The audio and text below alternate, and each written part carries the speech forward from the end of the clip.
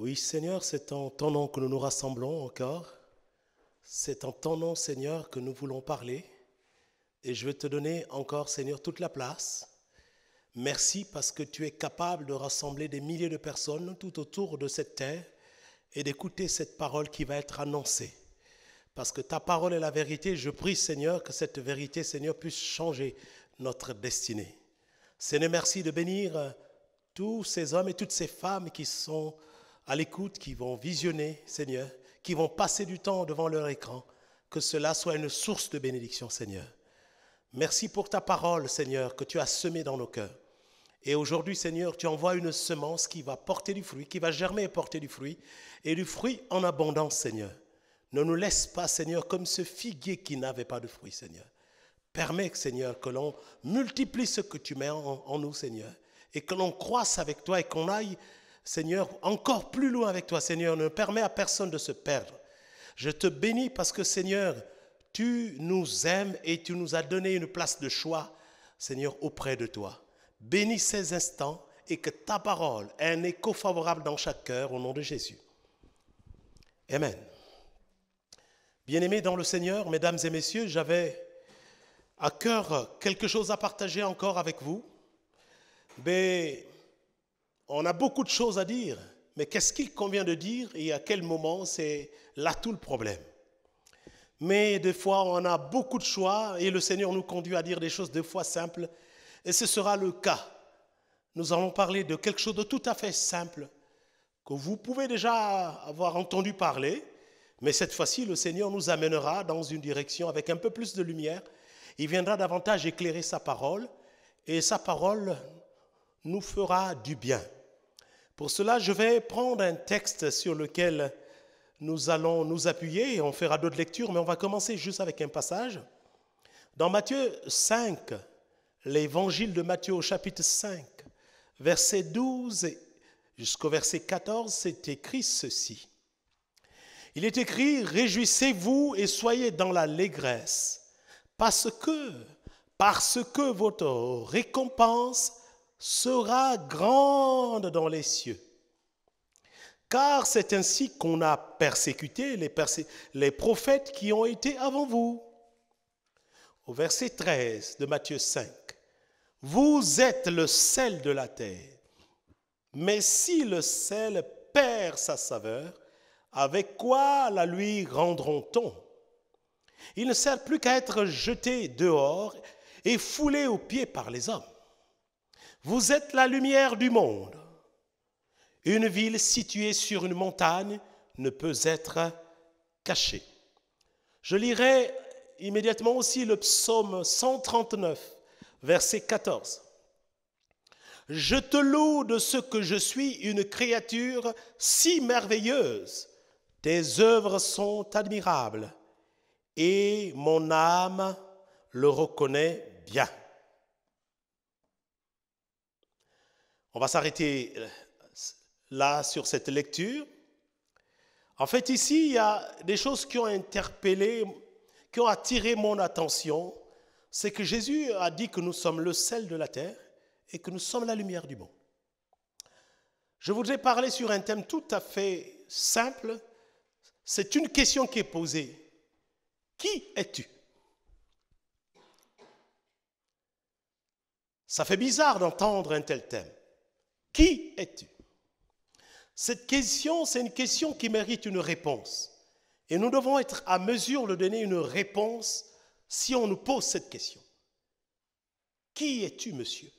Qui es-tu, madame? En fait, il est question ici de notre identité dans le Seigneur. Nous avons une identité. À notre naissance, on nous a fait un acte de naissance. Et après, une carte d'identité. Et après, un passeport. Chaque fois que la police veut savoir qui nous sommes, il demande une de ces pièces, soit la carte d'identité ou un passeport, pour savoir qui vous êtes. Alors, dans le monde spirituel, il y a cette carte aussi. Et si on demande qui vous êtes, vous devez être en mesure de dire qui vous êtes. On pose la question, vous devez savoir au moins quelle est votre nationalité au moins. Quel est votre nom? quel est votre prénom? Mais c'est bizarre si tu poses cette question à quelqu'un, monsieur, qui êtes-vous? Et il ne dit rien du tout. C'est quand même un peu curieux. On va se présenter, on va dire qui on est, d'où on vient, qu'est-ce qu'on fait. Alors, la parole nous disait, réjouissez-vous et soyez dans l'allégresse, parce que votre récompense sera grande dans les cieux. C'est vrai, notre récompense sera très grande dans les cieux, mais sur la terre, nous allons être confrontés à cette personne, à ce problème d'identité sur le plan spirituel. Quelle est notre identité? Qui es-tu, toi qui me regardes? Toi qui m'écoutes, qui es-tu? Cette même question, on en parlera un peu plus tard, avait été posée à Jésus-Christ, avait été posée à Jean-Baptiste. Et Jésus-Christ l'a posée à ses apôtres, que j'entends dire ceci, etc. On lira le texte tout à l'heure. Mais à notre sujet, le livre de Matthieu nous a donné deux informations importantes. Que nous sommes le sel de la terre. Le sel de la terre. Ceci vient de la bouche de Jésus. Il dit que tu es le sel de la terre. Et il ne s'arrête pas là, il rajoute quelque chose, il dit que tu es la lumière du monde. On va parler un temps soit peu de ce sel. En fait, le sel a cette capacité d'arrêter la corruption. On va faire du poisson avec du sel et qui peut rester là longtemps sans se gaspiller. Le sel est très apprécié dans l'ensemble des cuisines, de toutes les cuisines du monde. On a toujours besoin du sel. Quand il manque un peu de sel dans une sauce, on dit apportez-moi un peu de sel. Et, chers amis, manger sans sel s'avère être un problème. Lorsqu'on nous prescrit un régime sans sel, personne n'est content du tout. On cherche même à tricher un tout petit peu. Parce que manger sans sel, c'est fade. Alors Jésus dit que nous sommes ce sel-là. Mais quel sel? Le sel de la terre. L'exemple que j'ai pris, je parlais du sel de cuisine qui finit sa course dans la marmite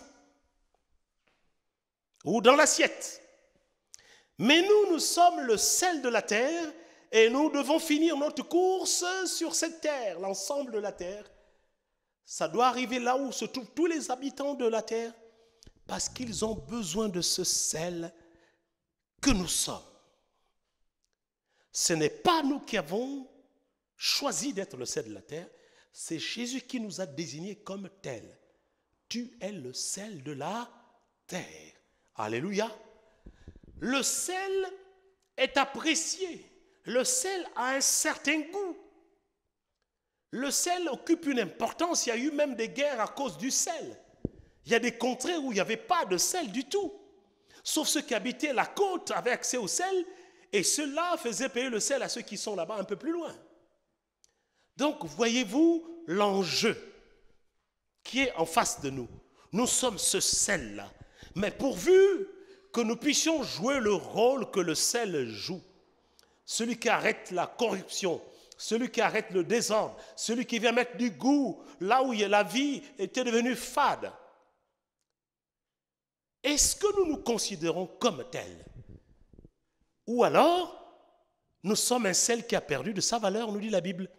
Quand le sel perd de sa valeur, il ne reste plus qu'à être jeté dehors et foulé aux pieds par les hommes.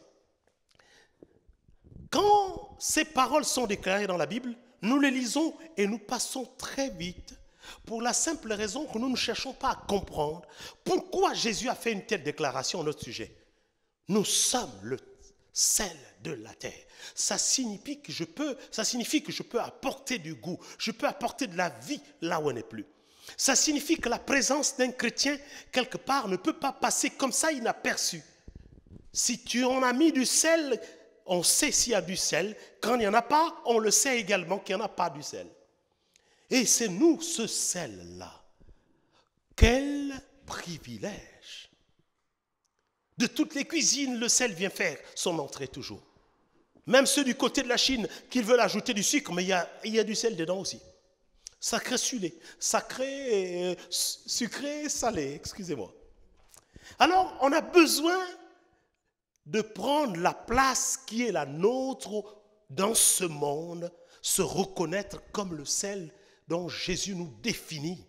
On n'est pas moins que ça, on est réellement le sel de la terre, quelque chose qui a de la valeur, quelque chose qui fait du bien, quelque chose qui apporte le bonheur, quelque chose qui est apprécié de tous. Ça signifie que le sel, voyez-vous, on ne jette pas le sel comme ça en disant, allez, le sel, je ne vais pas tout voir ici.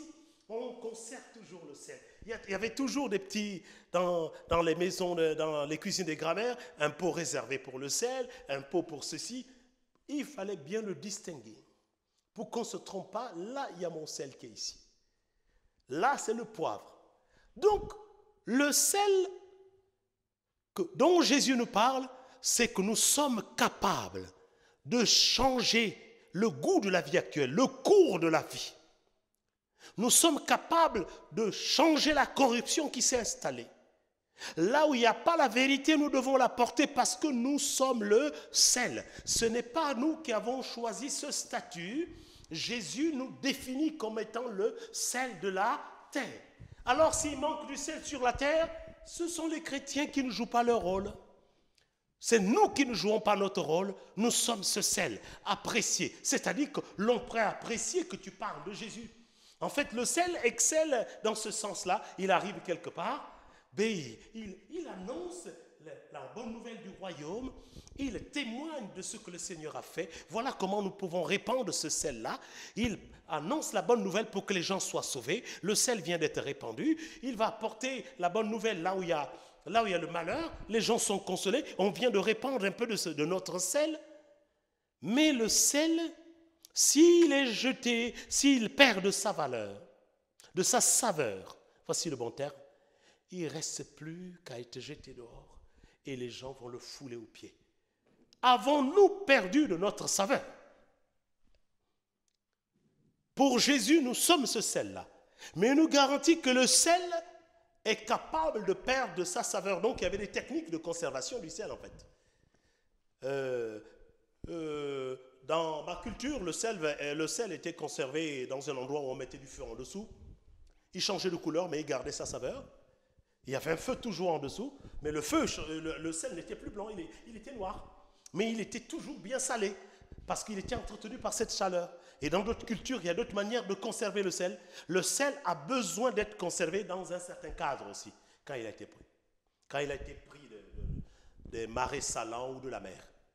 Alors, est-ce que tu es toujours ce sel?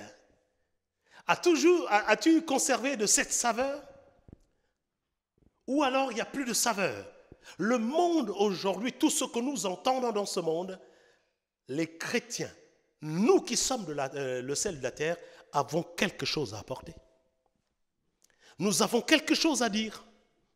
Nous avons une contribution importante parce que nous sommes le sel de la terre. Et il va plus loin en disant, vous êtes la lumière du monde. Voyez-vous que là, il y a des lumières. Hein?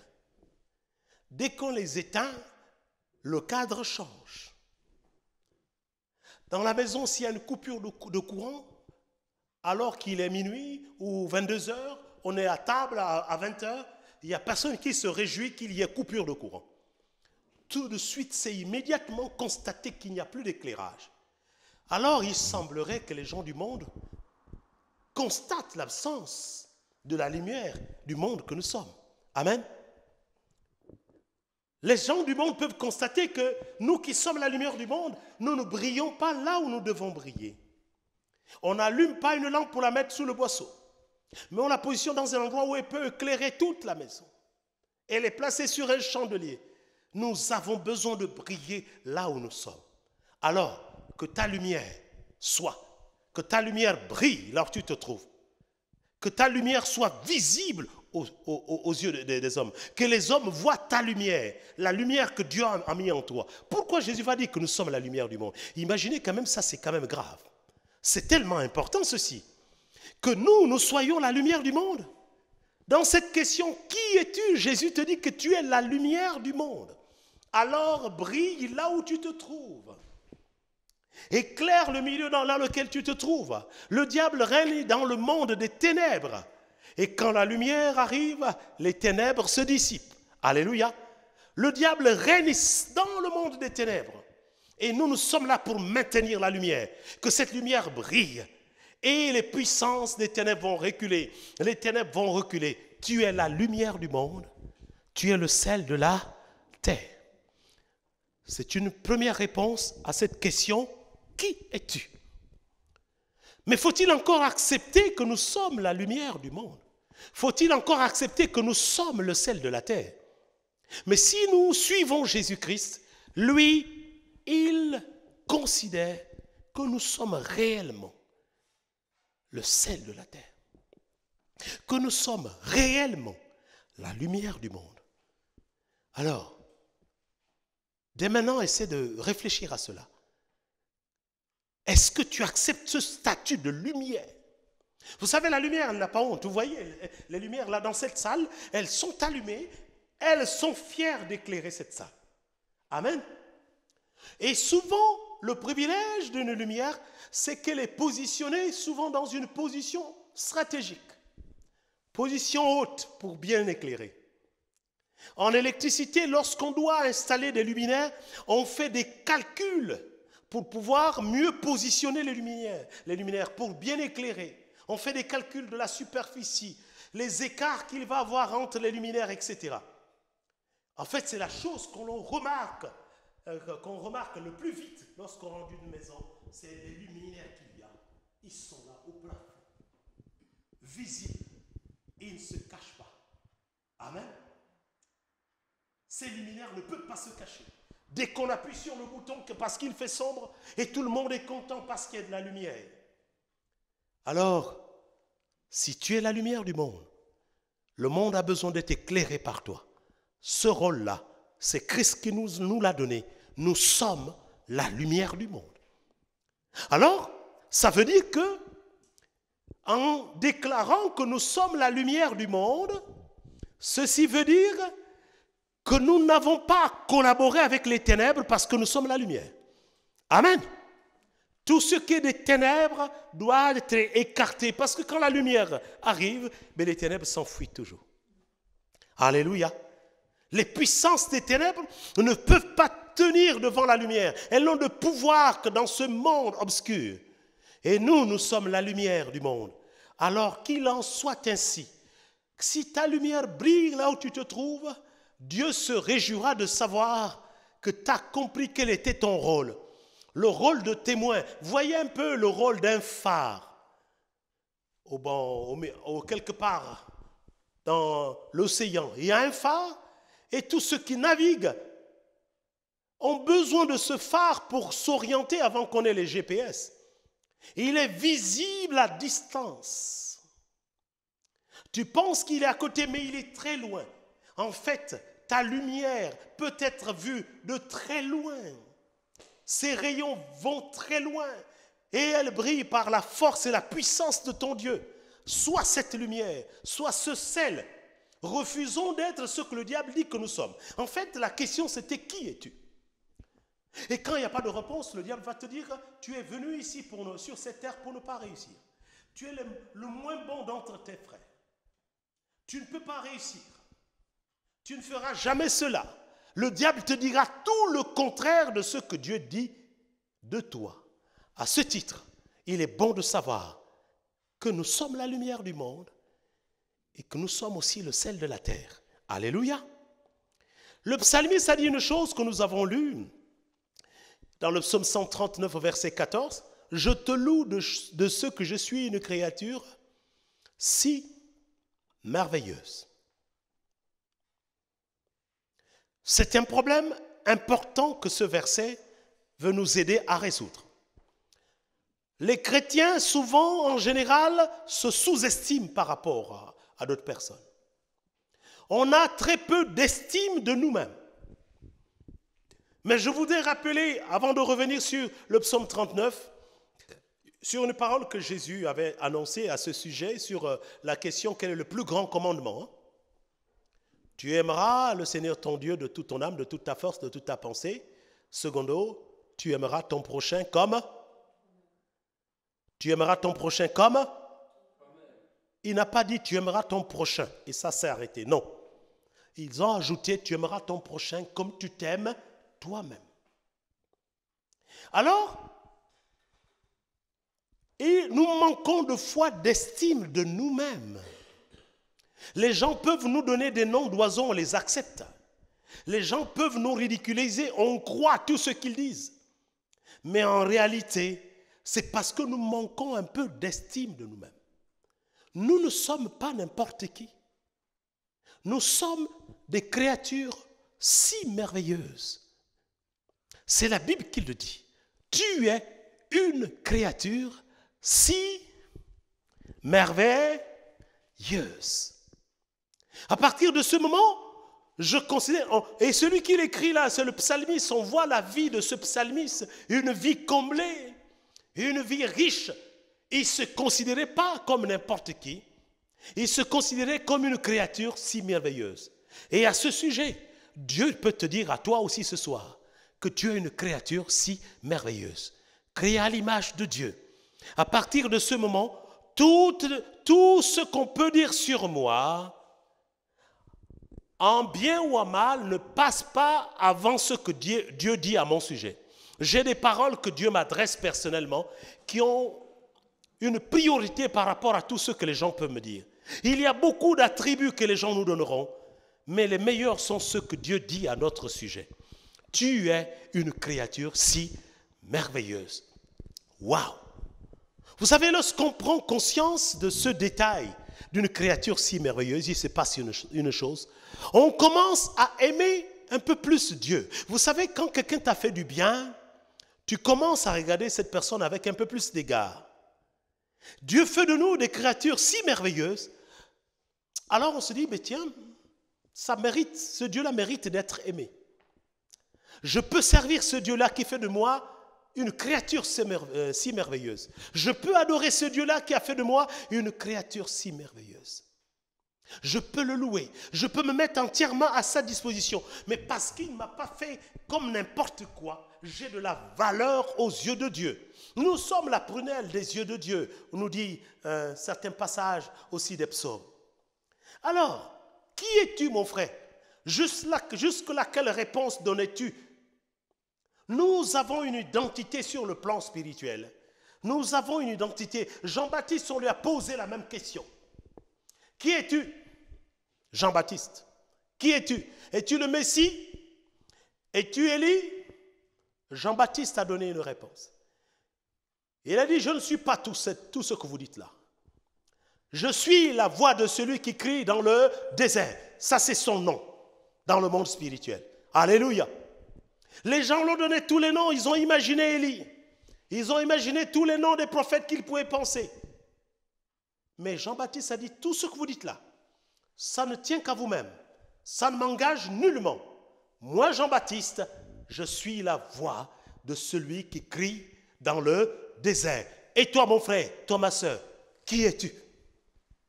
Il faut que tu donnes une réponse. Jean-Baptiste était acculé, on voulait savoir qui il était.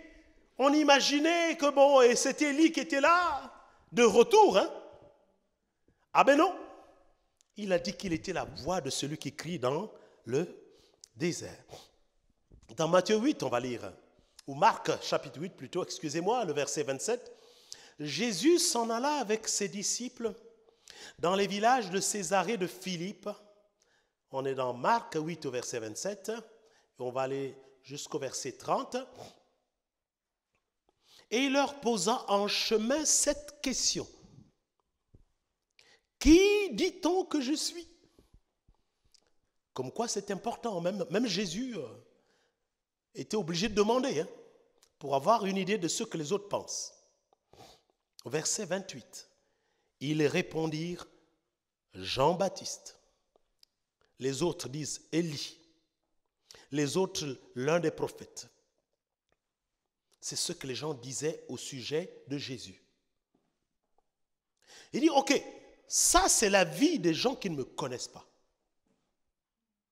C'est leur position. Ils pensent que je suis Élie ou les autres prophètes. Ils pensent que je suis même Jean-Baptiste qu'on venait de décapiter il y a quelques temps. Il dit, mais vous qui êtes avec moi? Il leur demanda, qui dites-vous que je suis? Et il y a un seul qui va donner une réponse du nom de Pierre. Il lui répondit, tu es le Christ. Jésus leur recommanda sévèrement de ne pas dire cela. Il a dit, ces choses-là, ce n'est pas la chair et le sang qui t'ont révélé ça, mais c'est mon Père qui t'a révélé ces choses. Même Jésus voulait savoir qu'est-ce qu'on pense de lui. Alléluia. Et quand on a donné son nom, le vrai nom pour lequel il est venu, le Christ, il a dit Amen. Ce n'est pas la chair et le sang qui t'ont révélé ces choses-là. C'est mon Père qui est dans les cieux qui peut te le révéler. Ne dites pas ces choses à n'importe qui. Gardez ça, c'est vraiment secret. Alors cette question d'identité spirituelle va nous donner une position dans notre marche avec le Seigneur. Si nous ne savons pas qui nous sommes exactement, on peut être amené à faire tout et n'importe quoi. Amen. Jean-Baptiste, c'était la voix qui devait crier dans le désert et il est devenu la voix qui a crié dans le désert. Jésus-Christ, on dit que c'est le Christ, le Sauveur, le Messie. Il a accompli sa tâche jusqu'au bout. Chaque identité a une explication. Dieu t'a défini pour faire quelque chose de précis. Cette identité, il faut qu'elle soit connue. C'est en fonction de ça que Jean-Baptiste a marché. Il savait quelle était sa mission. Annoncer le message qui va amener les pécheurs à la repentance. Et ils ont eu droit au baptême pour la rémission de leurs péchés. Qui es-tu sur le plan spirituel? Le fait de ne pas savoir qui on est grave. C'est comme si on dit à quelqu'un qui vient de finir ses études, on lui dit quel métier tu veux faire au juste? Ah, je ne sais pas. C'est quand même compliqué là. Mais il a fini toutes ses études, que veux-tu faire Je ne sais pas qu'est-ce que je veux faire. En fait, il n'a jamais bien réfléchi à cela. Qui es-tu exactement? C'est en fonction de la réponse de cela qu'on peut savoir qu'est-ce que Dieu attend de nous. En fait, beaucoup de chrétiens ne savent pas trop qu'est-ce que Dieu attend d'eux parce qu'ils ne connaissent pas exactement quelle est leur identité. Amen. On a une identité. Attends, même une voiture a une identité. Amen. Une simple voiture qui va être jetée a une identité. Vous pensez qu'on n'a pas une identité sur le plan spirituel? Moi, je crois que oui. Dieu a quelque chose de particulier pour chacun de nous. On a un appel tout à fait distinct, chacun de nous. On a une identité complètement distincte. Et après, Dieu va rassembler certaines identités pour faire tel ou tel travail, etc. Et c'est à partir de ce moment qu'on peut avoir des ouvriers dans l'église parce que chacun connaît quelle est son identité. Amen. Chers amis, quand on arrive sur un chantier du bâtiment, il y a une barrière extérieure où c'est marqué « chantier interdit au public ». N'entrent dans ce chantier que des gens qui ont des chaussures de sécurité, qui ont un gilet pour être vu à distance et un casque. Chacun a son identité, tel est maçon pour le gros œuvre, un autre est électricien, un autre est charpentier, un autre est plombier. Ils ont accès là-bas. Les autres, il y a une phrase qui les attend à l'entrée du chantier, c'est écrit « chantier interdit à qui? Au public ». Alléluia. Alors on a besoin de savoir exactement. Et à partir du moment où on sait qui nous sommes, sur le plan spirituel, qu'est-ce que Dieu veut faire de nous, on va mettre tous nos efforts dans cette direction-là. On va beaucoup travailler là-dessus. On va investir là-dedans. On mettra tout notre temps là-dedans. Et Dieu se réjouit parce qu'il nous voit en train de travailler dans une direction que lui, il souhaite pour nous. Il nous a prévu un destin, une identité. On n'est pas là comme par hasard. Vous savez, même en naissant dans notre famille, on a dû nous donner un nom pour nous identifier. Pour mieux comprendre que ce dont je veux parler, vous voyez, des gens comme Jacob, par exemple, son nom a été changé. Abraham a été changé en Abraham. Quand on rencontre Jésus-Christ, il te donne une nouvelle identité. Alléluia. Il te dit qui tu es exactement. Il te donne une certaine valeur. Il relève ta tête, même si tu avais la tête baissée. Il sait qu'avec lui, tu es capable de faire des choses dont tu n'étais pas forcément qualifié. Et la plupart des personnes que Jésus a pris, beaucoup n'étaient même pas suffisamment, n'avaient pas assez d'instructions. C'était les gens du peuple, n'est-ce pas? Mais il avait vu en eux quelque chose de spécial. Il s'est dit, avec ces personnes-là, je vais exercer mon ministère et il sera grand. Et quand on entendait ces gens du peuple sans instruction, après la Pentecôte, prêcher devant une grande foule, ils ont entendu comment ils parlaient. Le langage académique, ils se sont dit, mais c'est des gens du peuple, ils parlent aussi bien. Non, Jésus est capable de changer notre manière de faire. Mais pourvu qu'on sache qui nous sommes dans le Seigneur. Alléluia. Qui es-tu dans le Seigneur, mon frère? Sinon, tu resteras toute une vie ballotté à tout vent de doctrine. Tu as besoin de savoir. Et c'est ce qui fait qu'en fait, on ne sait pas quelle est notre place dans l'Église. In fine, nous ne savons pas quelle est notre place dès qu'on n'a pas notre identité. Parce que quand il y a une grande manifestation, une grande conférence, il y a des places qui sont réservées et il y a des noms mentionnés dessus. Amen. Quand tu viens, tu regardes tous les noms, tu cherches ton nom. Quand tu as trouvé ton nom inscrit sur un fauteuil, c'est là que tu vas t'asseoir. Amen. Vous l'avez déjà remarqué, hein? Mais, faut-il encore savoir quel nom? Il ne faut pas être amnésique, il ne faut pas avoir oublié quel est ton nom. Nous avons une identité et c'est celle-là que nous devons utiliser pour mener les batailles dans le monde spirituel en disant, moi j'ai été appelé à faire ceci avec le Seigneur. Et à partir de ce moment, on reçoit tous les privilèges de Dieu parce que tu travailles dans la direction qu'il a souhaité pour toi. Il a pour nous des projets de paix et non de malheur, afin de donner un avenir et de l'espérance. Ces projets-là, on doit les connaître également. Nous devons tout faire pour connaître quelle est notre identité, parce que nous sommes tous différents aux yeux de Dieu. Alléluia. Jésus va prendre quelqu'un qui fait la pêche et un autre qui est au péage, il va prendre un autre qui traîne là-bas, etc. Ils étaient tous différents, chacun avec son identité. Et il les prenait tels qu'ils étaient. Vous savez, lorsqu'il a pris ceux qui faisaient la pêche, les pierres et les autres bords du lac, ces personnes n'étaient pas converties déjà. Amen. Ils étaient simplement comme ça, c'était des païens. Et il a pris ces personnes qui ont commencé à marcher avec lui. Et au fur et à mesure, ils ont compris les choses du royaume. Et leur vie a été changée. Et j'ai la preuve de ce que je dis. Il a dit à Pierre, lorsque tu seras converti, amen, affermis tes frères. Ça signifie qu'il y avait un temps. Pierre n'avait pas compris certaines choses du vivant de Jésus. Et Jésus va lui dire, mais lorsque tu seras vraiment converti, quand il y aura la conversion, la plus totale, alors tu vas affermir tes frères.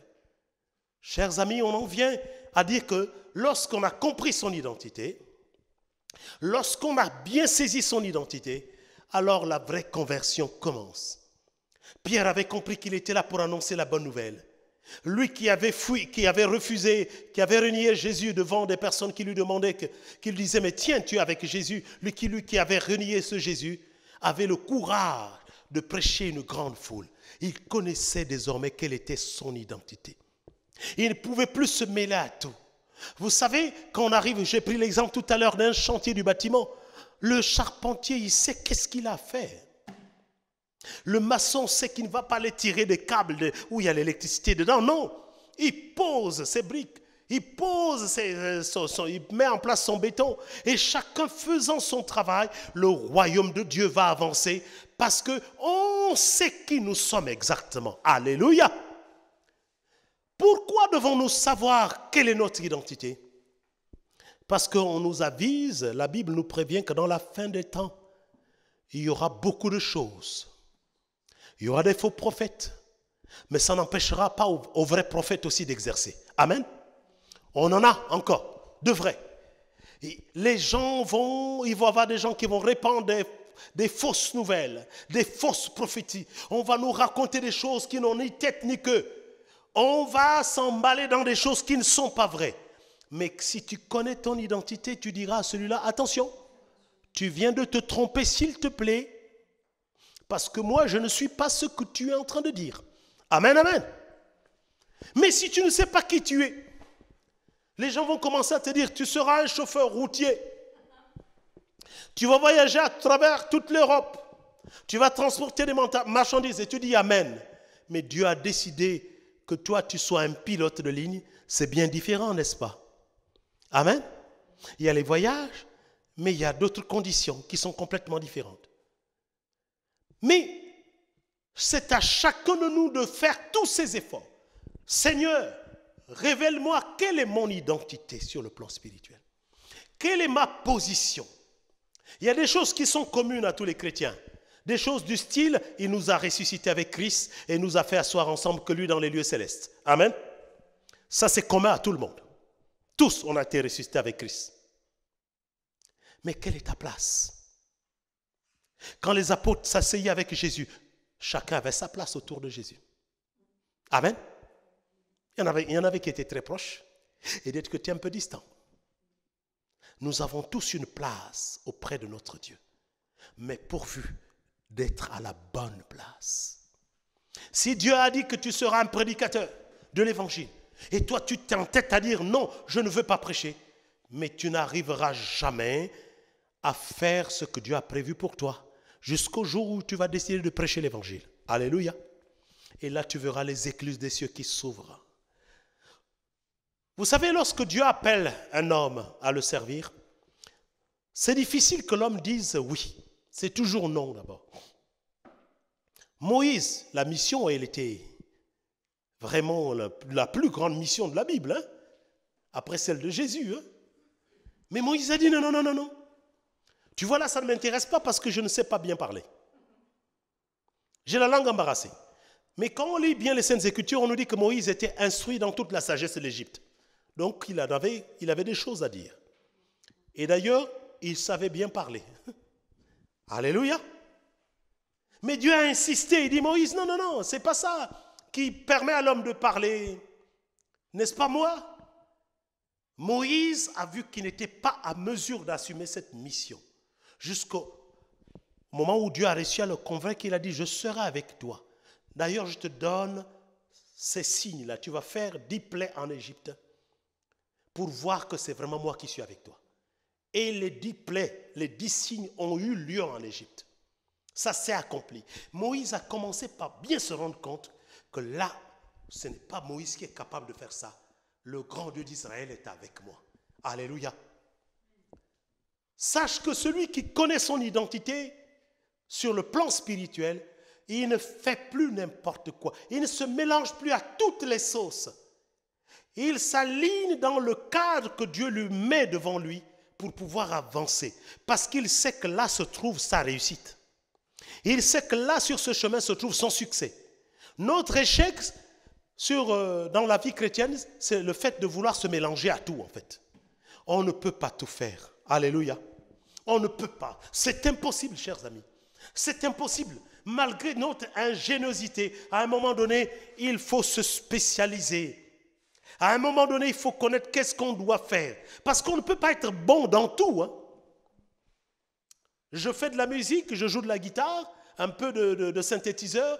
Il y a des musiciens qui jouent même 10 instruments. Mais je vous annonce que dans les 10 instruments, il y a un seul dans lequel il excelle. Le reste, c'est juste comme ça. Et nous avons besoin de savoir exactement qu'est-ce que Dieu voudrait faire avec nous.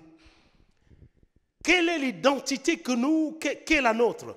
Quel est le destin dans lequel Dieu nous a placés sur terre? Sinon, notre vie risque de ne plus avoir de sens. Ça donnera un sens à ta vie. Ça te donnera envie d'aller plus loin. Ah, enfin je sais ce que le Seigneur attend de moi. Alléluia. Maintenant, tu commences à changer. Quand tu sais ce que Dieu attend de toi, tu changes la manière de prier. Amen. Tu changes la manière de prier. Quand tu ne sais pas, tes prières, c'est partout. Tu tires au nord, au sud, à l'est, à l'ouest. Le diable est partout, en fait. Les problèmes sont partout. Mais quand Dieu te dit exactement qu'est-ce qu'il attend de toi, quelle est ton identité, ta prière est ciblée. Elle est simple. Alléluia. Elle est complète, elle est claire. Il n'y a pas de confusion. Tu sors de la confusion pour rentrer dans quelque chose de concret. Tu investis dans une direction précise. Et je peux te garantir que tu auras tout le soutien de Dieu. Parce que là, ça s'appelle faire la volonté de Dieu. Amen. Faire la volonté de Dieu consiste à connaître quelle est notre identité et savoir avec exactitude qu'est-ce que Dieu attend de nous. Et alors, on peut commencer à faire sa volonté. Sinon, on va travailler pour Dieu, mais pas avec Dieu. Beaucoup de chrétiens travaillent pour Dieu. Genre de personne, il rentre dans une entreprise, il n'a pas de contrat, mais il veut quand même travailler pour cette entreprise. Mais le salaire n'est pas garanti. Il vaut mieux travailler avec Dieu. C'est-à-dire, Dieu est au courant de ce que je fais. Je le fais parce qu'il me l'a dit. Amen. Et tu le feras avec une telle joie. Tu le feras avec une telle détermination, il n'y aura personne pour t'arrêter. Que Dieu bénisse sa parole. Alléluia. La question que j'ai posée dès le début, je vais la reposer tout maintenant. Qui es-tu, mon frère? Qui es-tu, ma sœur? Cette réponse, Dieu peut te la donner afin que tu te positionnes dans ta marche avec le Seigneur. Nous pourrons prier un petit instant. Seigneur, tu es le Dieu qui nous révèle notre identité. Tu es le Dieu qui nous donne, Seigneur, de connaître qui nous sommes. À Jean-Baptiste, cette question a été également posée. Les gens ont donné tous les noms possibles, mais ils n'ont pas dit exactement qui il était, lui, Jean-Baptiste. Et sa réponse, Seigneur, a été claire et nette. Seigneur, merci parce que nous aussi, nous devons avoir une réponse à cela. Qui sommes-nous dans le Seigneur? Quelle est notre destinée avec toi? Que veux-tu que nous fassions, Seigneur? Parce que dans ce monde perturbé, Seigneur, nous sommes ballottés dans toutes les directions. Les faux prophètes, Seigneur, ne manquent pas. Les vrais prophètes sont ceux-là qui sont en petit nombre. Alors on nous dit beaucoup de choses qui n'ont rien à voir avec toi, Seigneur. Mais toi, le Dieu qui parle, le Dieu qui entend le cri de tes enfants, parle-nous, Seigneur. Dis-nous qui nous sommes. Et nous mettrons notre pied là où tu veux que nous le mettions. Et nous marcherons dans la voie que tu auras tracée pour nous, Seigneur. Et nous suivrons la direction que tu nous indiqueras. Oh Jésus, ne laisse pas tes enfants comme ça, Seigneur. Le sel a sa place, Seigneur. L'huile a sa place dans la maison. Donne à chacun de tes enfants de connaître quelle est leur identité. Tu es le Dieu qui se révèle, alors révèle-toi à tes enfants. Tu es le Dieu qui nous parle, alors parle. Tu es le Dieu, Seigneur, d'amour. Alors manifeste ton amour en nous révélant, Seigneur, exactement qui nous sommes. Et tes enfants marcheront avec plus de dignité, marcheront avec intégrité, et ils te serviront avec joie et feront ta volonté. Et la gloire te reviendra à toi seul, Père. Amen.